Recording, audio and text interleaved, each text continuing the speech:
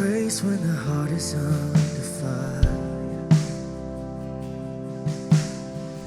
Know the way when the walls are closing in. And when I look at the space between where I used to be and this reckoning, I know I will never be alone. There was another in the fire, standing next to me. There was another in the water, holding back the sea. Should I ever need reminding of how I've been set free, there is a cross that bears the burden, where another died for me. There is another in the fire.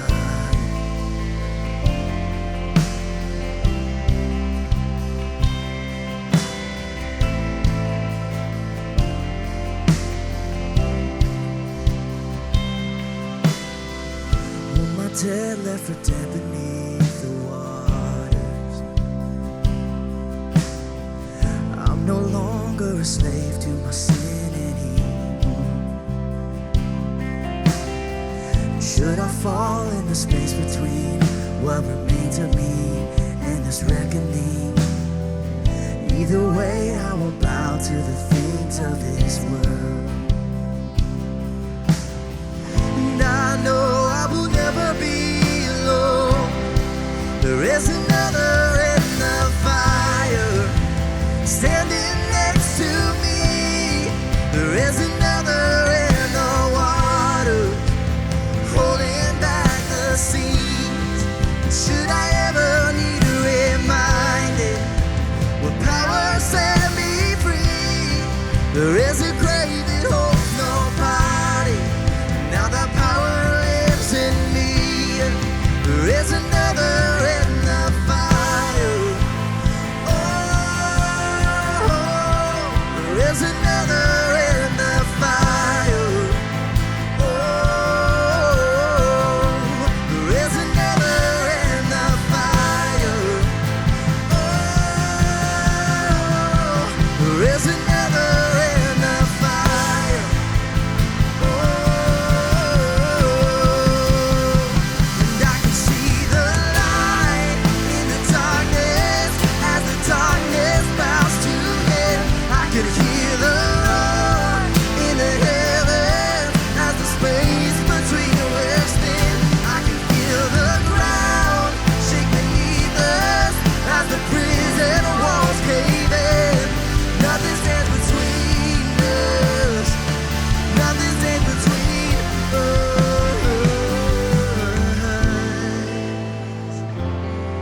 Oh, yeah.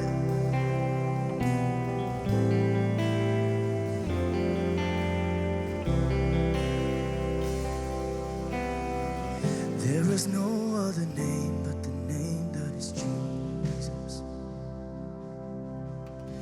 He who was and still is and will be through it all.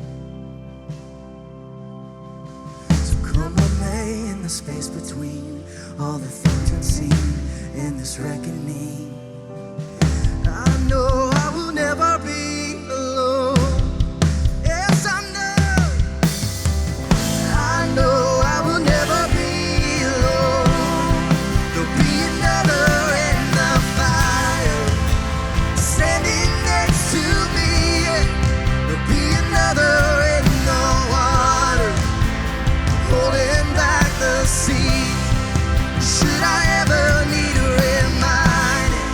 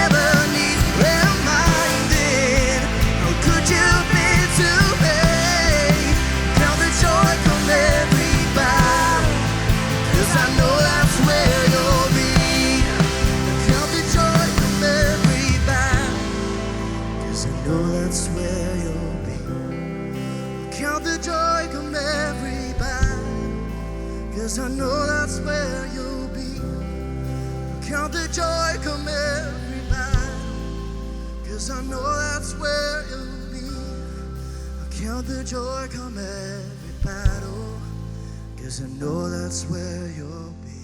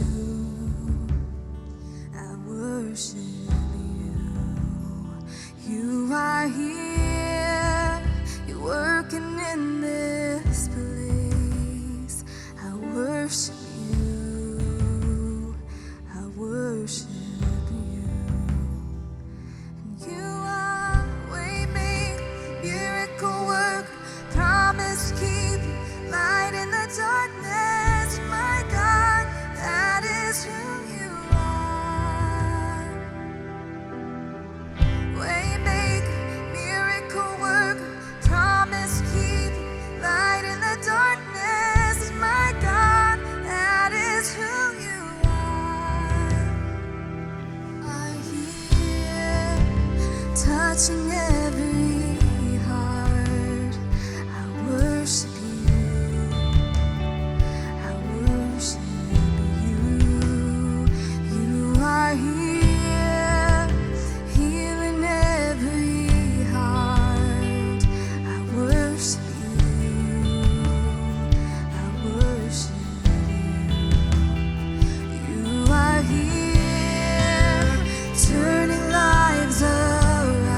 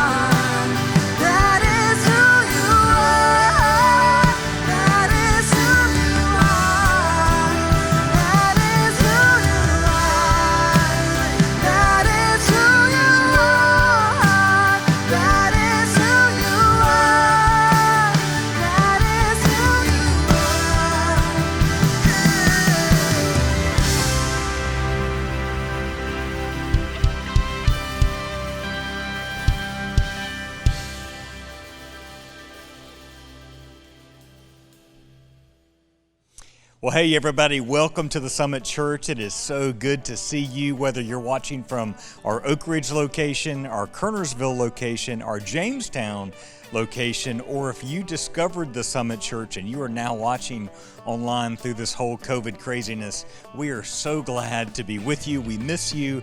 We can't wait to worship in person. That day is going to come. We just don't know when that's going to be, but a welcome, and it's so good to have you with us. Hey, listen, we've got an amazing camp experience for our middle school and high school students, and we want you to know this, just like we had with Camp Kids Summit, and it was a virtual home experience. We've got something very similar to with our students in our camp for them, and it's called the Challenge, and it's going to be a virtual camp as well. And our impact directors and pastors have got all kinds of interesting and crazy challenges that they're going to be doing, but they're also going to be challenging our students to take steps of faith toward Jesus. So make sure your students are signed up. This week is the last week that they can sign up. So make sure that you can go to our app, you can go to our website, and they can register there. So make sure that you do that. The Challenge Camp for our middle school and high school students is going to be amazing at all three of our locations. Also, many of you are asking about the reopening of the Summit Church and what that may look like. I just want you to know that we are talking about this every week, praying about it, and we don't know what that's going to look like yet. However, if you have any questions or you want to know what Pastor Jonathan is saying about this, you can scoot right on over to thesummitchurch.net, and you can watch on our website or our app his latest video update about all that. So here we are in our series called Summer Break.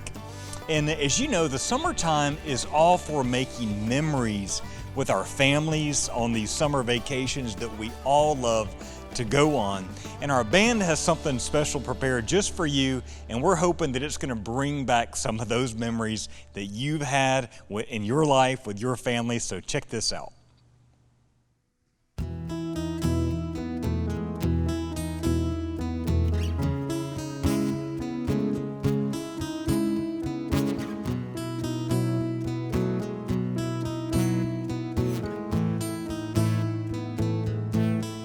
Loving can hurt. Loving can hurt sometimes, but it's the only thing that I know. When it gets hard, you know it can get hard sometimes. It's the only thing that makes us feel alive. We keep this love in a photograph. We make these memories for ourselves, where our eyes are never closing, hearts are never broken, time's forever frozen still. So you can keep me inside the pocket of your ripped jeans, holding me closer till our eyes meet. You won't ever be alone. Wait for me to come home. Loving can heal. Loving can mend your soul. And it's the only thing that I know. I swear it will get easier. Remember that with every piece of you. And it's the only thing we take with us when we die. We keep this love in a photograph. We make these memories for ourselves, where our eyes are never closing, hearts are never broken, time's forever frozen still.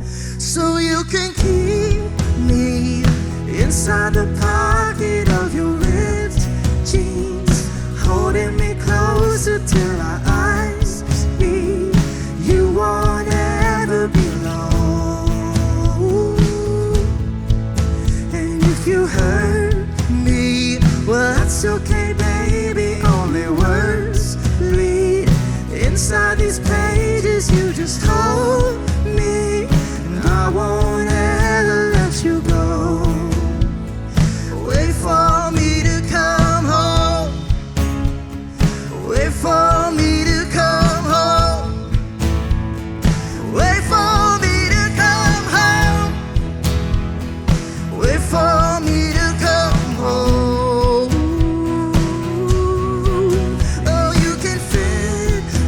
inside the necklace you got when you were 16.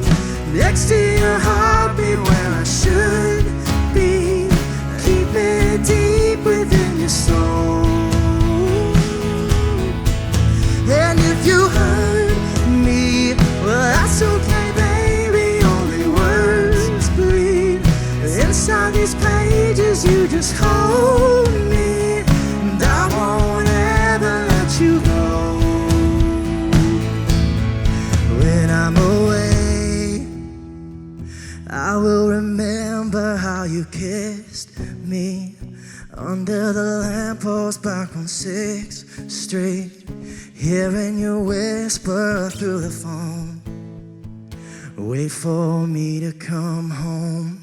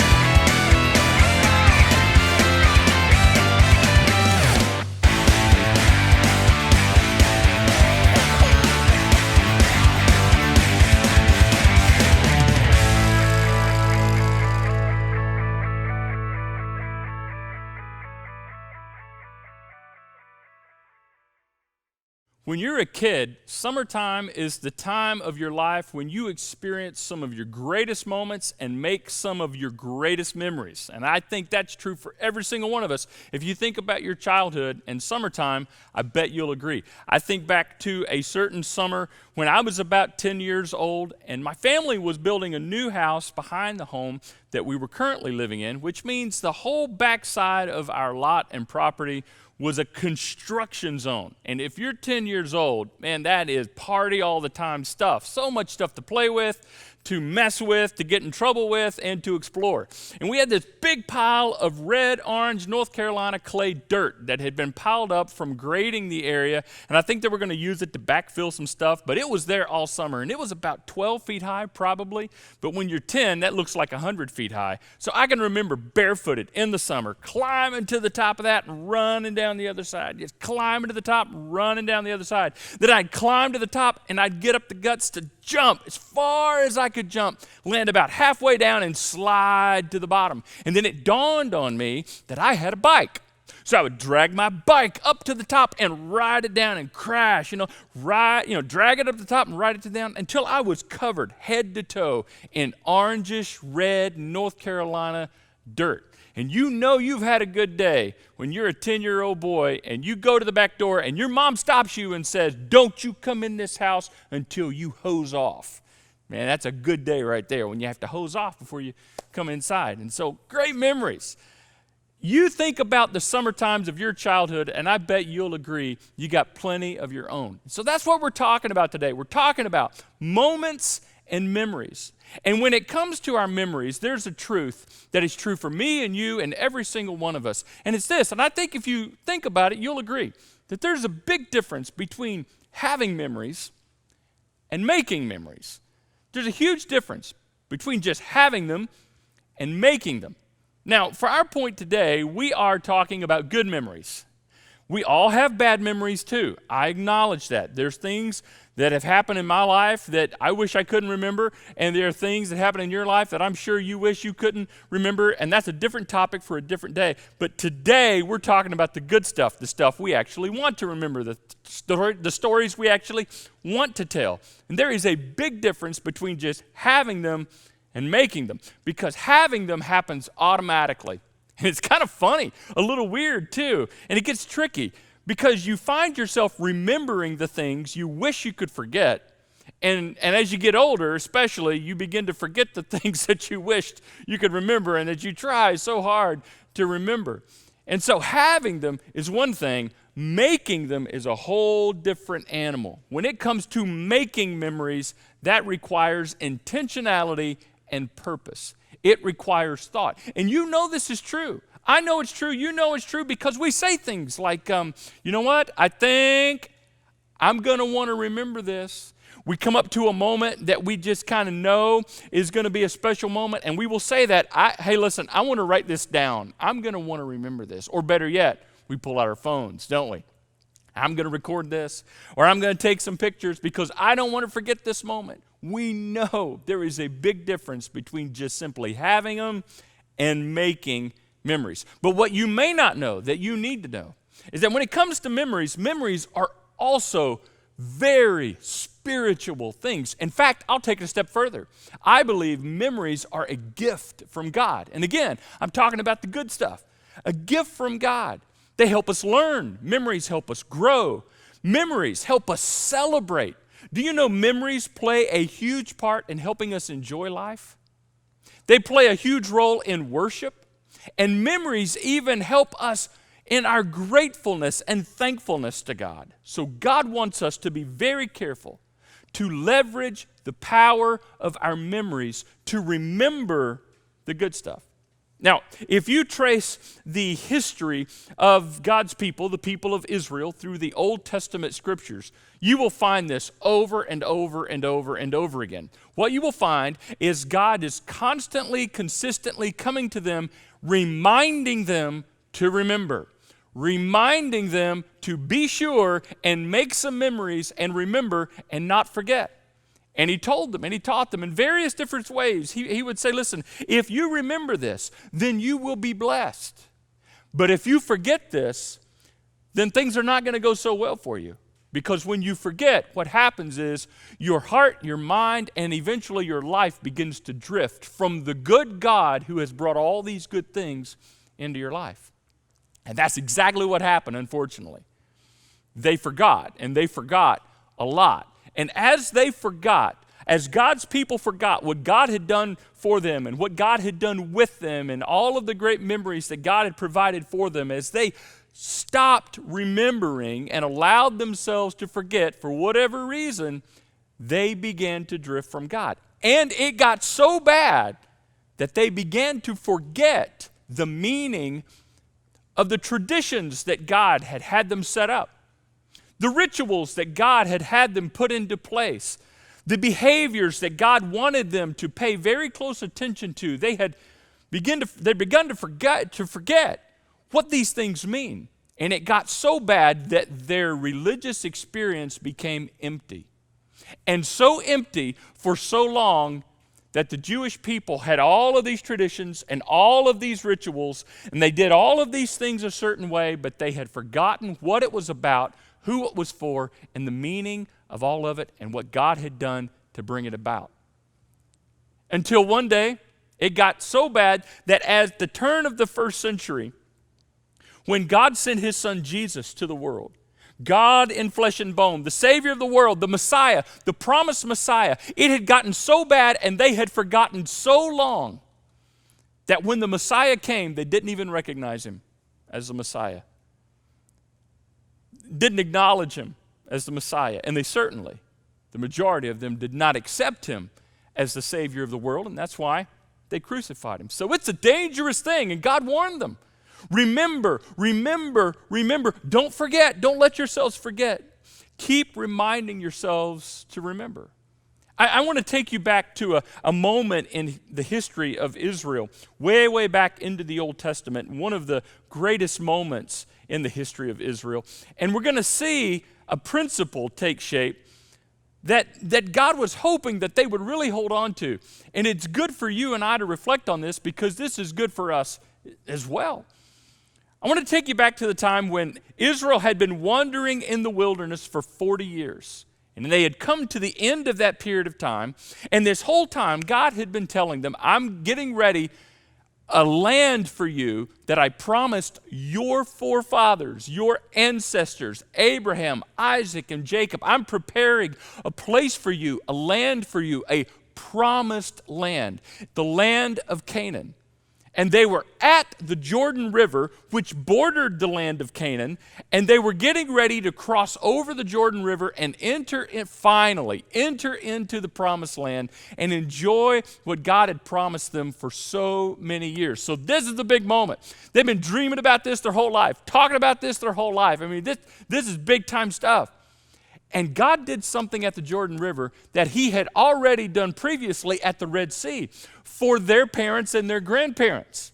He parted the Jordan River just like he parted the Red Sea. He held the Jordan River upstream, he stopped it and let the waters back up, and they crossed. This massive amount of people crossed across the Jordan River on dry ground into the land of Canaan, into the promised land. And at that moment is when we see God coming to Joshua, who was their leader at the time. Moses had died. Now Joshua was Moses' protege and his kind of like his sidekick, and now Joshua is leading the people. God comes to Joshua, their leader, and he gives him instructions to help them do something, to help them remember and make a big memory out of this great moment and never forget. So let's pick up the reading. They just crossed the Jordan River.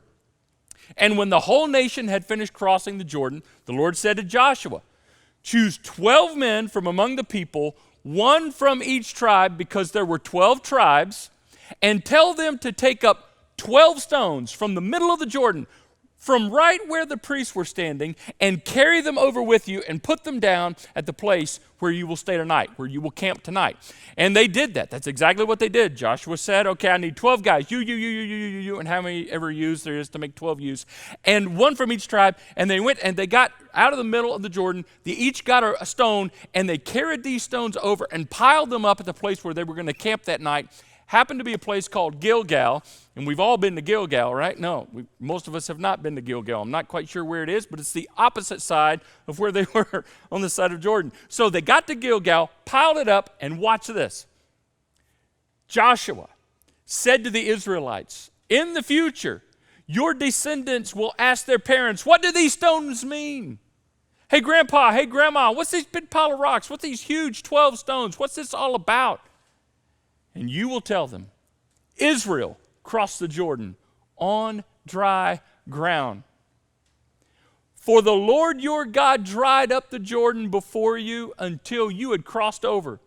The Lord your God did to the Jordan, we just talked about this, what he had done to the Red Sea when he dried it up before us until we had crossed over. So tell them this story. He did this so that all the peoples of the earth might know that the hand of the Lord is powerful, and so that you might always fear the Lord your God. And the word fear there does not mean be afraid or be scared of, but to honor and respect.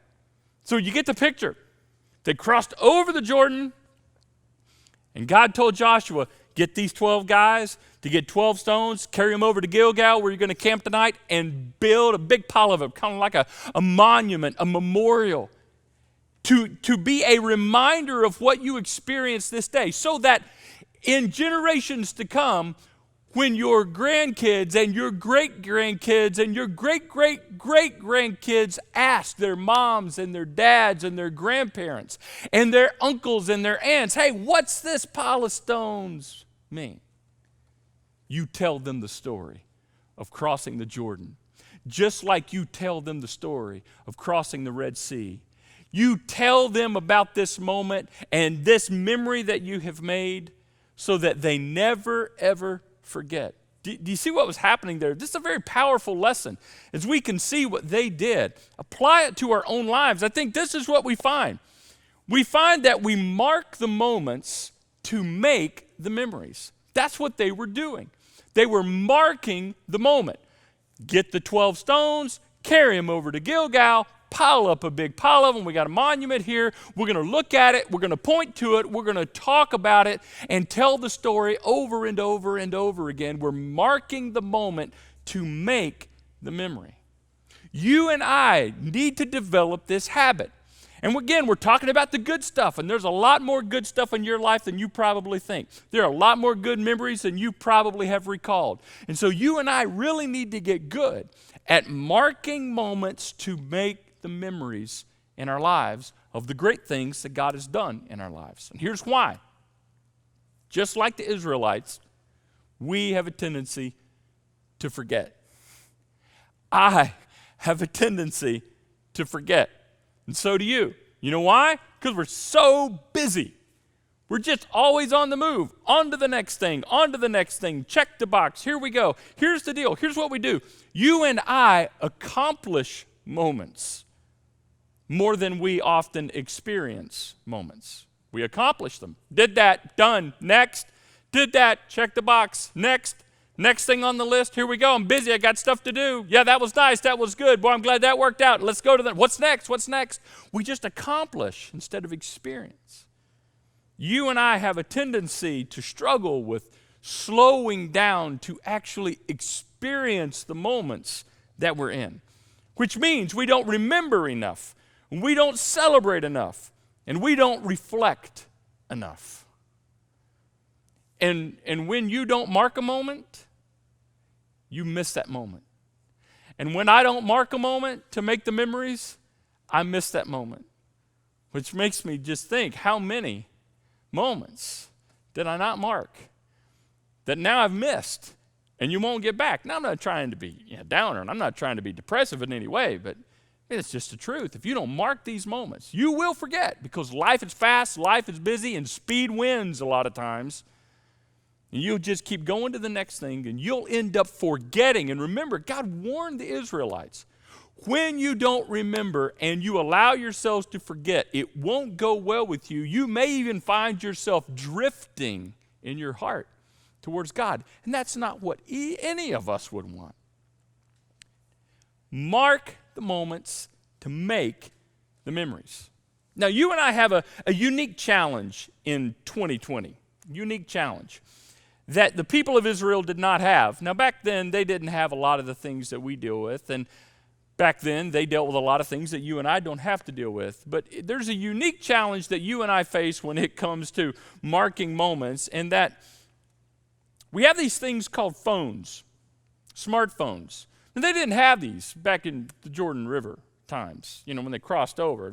No one was like, hey, man, this is great, you get this, hey, slow down, hey, walk back, pick that stone up again, this is great, oh, this is going to be awesome. No, they didn't have that. They didn't take pictures, they just told the stories. That's what the stones were for. We're going to point to the stones, tell the stories. You and I have these smartphones, and because of these, we have a lot of pressure on us to make our moments perfect and then post them as these perfect moments on social media. We're all about the moments, but the moments need to be perfect. Here's the truth. Moments don't have to be perfect, because they won't be perfect. They will never be perfect, and you can still make memories out of imperfect moments. In fact, the best memories come from imperfect moments. That we get these cell phones and we have instant pictures. We take the picture, we capture the moment, we take the video, and then we can watch it immediately. Hey, there was a time, and maybe some of you, and you all look pretty young through the camera lens. I can just see into your living room. You guys are just so young. But I'm sure there was a time that some of you can remember when you actually took pictures to a place and dropped them off the film, and you had to wait days, like a week sometimes, for the pictures to come back, for you to discover, out of these 36 shots that I took, how many of them are weird and awkward, and you can't even make out what it is. Matter of fact, that's why we have awkward, family photos. Awkward family photos exist because of you had to wait to see how bad it's going to be, right? And so it got a little better. Eventually, you only had to wait an hour, but now you don't have to wait at all. You take the picture, and there it is. Oh, that's not good. That's not good. That angle, retake that. Let's retake that because we want this to be just perfect. The angle is not right. Okay. No. The lighting's not right. Okay, wait. No, take it. You know what? I'll put a filter on it. We got to whiten their teeth. Yeah, that moment is not white. I'll edit that. That's what I'll do. I'll edit that, and we take it over and over and over again till we get it just right. And here's what we do. I've seen it. Just, you see it at family vacations, you see it at the holidays, you see it around you, and sometimes it's entertaining, but often it's sad. We miss the moment trying to perfect the moment. We mess the memory up trying to perfect it. You and I need to be honest that things aren't going to be perfect. Hey, moms, the kids aren't always going to cooperate. In fact, most of the time, they're not going to cooperate. Just life is going to happen. Things don't have to be perfect for them to be memorable. And so lay aside that desire for it to appear like you got it all together all the time, and just mark some moments that you can make some memories out of, that you can cherish. I'm sure if we were there on the day they crossed the Jordan, it wasn't perfect. I'm sure it was messy. I'm sure kids were screaming, yelling, kids were fighting. I'm sure there's somebody, walking across going, I wish they would have told us I didn't get my nails done, my hair's not done. I wish they'd have had some advance notice that we were crossing over the Jordan today, No, I'm sure it wasn't perfect. But you can still be intentional to mark moments that you can make memories out of. So, reflect on this just a moment. Have you forgotten? How have you forgotten? Where are you, to be quite honest, where are you missing moments and missing memories that God has prepared for you and God has just kind of given you and blessed you with? And no, they're not perfect because you're not perfect and the people in your life aren't perfect and life isn't perfect. But it doesn't mean it has to be perfect for it to be a great moment to make a memory out of. Where are you missing moments? Well, that's a convicting thing to think about for me, because my nest is practically empty, and I look back on the childhood of my girls, and I'm like, whoa, if I could go back. Doesn't every parent feel this? If I could go back. Oh, if I could just go back. Yeah. For those of you that are in the thick of it right now with your kids, take stock in these moments. Slow down. I know life is fast. I know it's demanding. I know it's stressful. I know it's crazy. But mark some moments and make some memories. In your marriage with your kids, individually with this job that you've worked so hard to land, this job that you've prepared for years, or whatever it is, this house that you worked so hard to purchase and you're not even allowing yourself to enjoy it. Or this automobile that you worked so hard to buy and you don't even really enjoy it. You don't even think about driving it anymore. Whatever it is, you fill in the blank. Slow down to mark some moments and make some memories. So how can you do that? It's nice that we have special days in our calendars that help us with this. Yeah, they're called birthdays and anniversaries and holidays. That certainly helps out a lot. But I'm talking about creating moments. I'm talking about making memories. Remember we saw that. That's being intentional. That's being on purpose. Don't just wait for a moment to present itself. Create the moment. Take the picture. Create the video. Here's the deal. Have the conversation. Have a conversation. Talk about what's happening. What's happening in the moment. Reflect on the good things that have happened. Reflect on how you have survived and made it through the bad things that have happened, the hard times. Have a conversation. Part of marking the moment and making the memories is talking and sharing the stories and reflecting and replaying and say, remember that? Wasn't that awesome? Remember that? Wasn't that incredible? Aren't we so thankful? Because remember, this is a huge part of being grateful to God. Create the moment and make that memory. It might be that you just need to call a timeout and say, hey, let's take a moment and pray together and thank God for this or thank God for that, and let your hearts be filled with the reality of gratefulness. I encourage you to do that individually with your spouse. I encourage you to do that with your family, with your friends, with those in your small group. It might be to do this, to mark moments better and make better memories, you might need to establish some new traditions. Or revisit some special places in your life that remind you of something special that God did in your life at that place or in that venue or in that environment. Recently, over the last 2 to 3 years, a special place has developed for my wife Donna and I, and it's our back porch. Now, we've had a back porch longer than that, but we've just been much more intentional, finding ourselves looking for opportunities in this time of the year where it's a little bit cooler in the evening, and we go out on the back porch and we sit and we enjoy looking at the trees and talk about how beautiful God's creation is. And we almost always end up reflecting on our family and life and remembering together. It's become one of our special places. You might need a special place to help you mark some moments and make some memories. You know why this is so important? Real quick, this is important. It's so important to mark the moments and make memories because it helps you fight discouragement.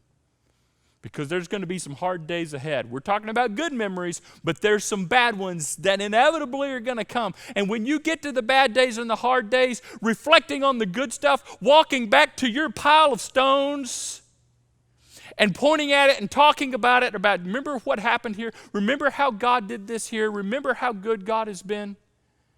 It helps fight discouragement. The other thing it does, it helps you stay focused on what and who matters. What matters most and who matters most. It helps you stay focused on these things. Because if you're like me, you forget. I have a tendency to forget. You have a tendency to lose sight of these things. And so being intentional to mark some moments and make some memories helps you come back and refocus on who really matters and what really matters. And 9 times out of 10, I have found that the stuff that is stressing me out is not among the things of what matters most and who matters most. So it helps bring me back to center. And one more benefit, it fights discouragement, it focuses on who and what matters most, and it adds meaning to worship. It adds meaning to worship. Because often when you are singing a song, maybe one of your favorite songs, or maybe a song that's new, and you're listening to those words, you're reading those lyrics, and you're singing, your mind begins to reflect to the goodness of God and what God did in your life this past week, or last month, or 5 years ago, or 15 years ago. You're transported back in time to a moment when God brought you through an incredible challenge, or when God helped you win an incredible victory in your life, or you experienced something great, or you survived something horrible. Yeah, it helps add meaning to your worship. It adds a depth of a song that you're singing. I love to watch people worship. I love to watch people sing, and I miss being able to do that in this COVID reality, and I look forward to when we can again. And you watch someone sing, and you watch them sing a song, and tears rolling down their face, and you wonder, I wonder what's behind there. There's a story there. There's a pile of stones there somewhere that represents something good God has done or something great God is doing. You see what I mean? It adds a layer of meaning and complexity to your worship. Yeah, mark moments and make memories. Because life is short. Shorter than you think. And life is going to be hard. Harder than you want. It's so important that we understand that if we don't mark the moments, we'll miss them. We'll forget. I'll forget. You'll forget. These moments won't last long. And listen, they won't be perfect, so put the phone down. Take the picture. The picture doesn't have to be perfect. Take the video. It's not going to be flawless. Take the picture, then put it down and soak in the moment. Don't miss the moment trying to perfect the moment. And instead of just having memories, mark some moments, pick up some stones, find some things to mark some moments in your life to make these memories so that you never forget the goodness of God in your life. This week, what I challenge you to do sometime is take some time to reflect. Personally, maybe with your spouse, with your family, take some time to have a conversation about the goodness of God and some great memories together. And then take some time to pray and thank God for those things. And when you do, you will be joining untold numbers of those who have come before us, who have done the very same thing to our great and awesome God, marking moments to make memories that matter. I encourage you to do that. Let's pray and begin that together right now. Our Father, thank you for being such a good God. You're good when we know it. You're good when we don't. You're good when we feel it. You're good when we can't. You can be nothing other than good. And we don't always understand what you do and what you allow, but it doesn't change the fact that you are good. Father, help me, help us to remember and not forget, to be intentional about making memories, marking moments and making memories so that we never forget how good, and we never stop talking about how good, and we never stop reflecting and worshiping you for how good you are. Bring these things to our minds. Help us to get creative with our families, with our spouse, with our children, with our friends. And may we find the piles of stones in our own lives that we can constantly come back and point to and tell the stories over and over and over again, because it adds such meaning and joy to our lives, and it is honoring to you, and it fills us with joy. So we thank you for the power of our memory. May we leverage it to understand more than ever before just how good and great you are in our lives. In Jesus' name, amen. I hope that is as challenging to you as it has been, and I'm sure it will continue to be for me. Let's slow down and mark some moments and make some memories. Now, next week, we are starting a brand new series called Faith Is. That's it. And you're like, faith is what? That's right. Faith is. Faith is a huge topic, and there's so many places you can go with a topic like this, and faith is so essential. People talk about having faith and keeping faith. They even talk about losing faith and finding faith again, and we're going to talk about some of that, and we're going to talk about what it looks like to be a person of faith and to live a life of faith. And if you're thinking, it sounds kind of boring, I don't know if I need that. Oh, no, you could not be more mistaken. If there's ever been a time where we need to understand what faith is all about, it's in these uncertain times that we live in right now. So join us. Invite a friend. Let's learn together. Let's grow together. Let's discover together what faith is. We'll see you next week. Thanks for joining us.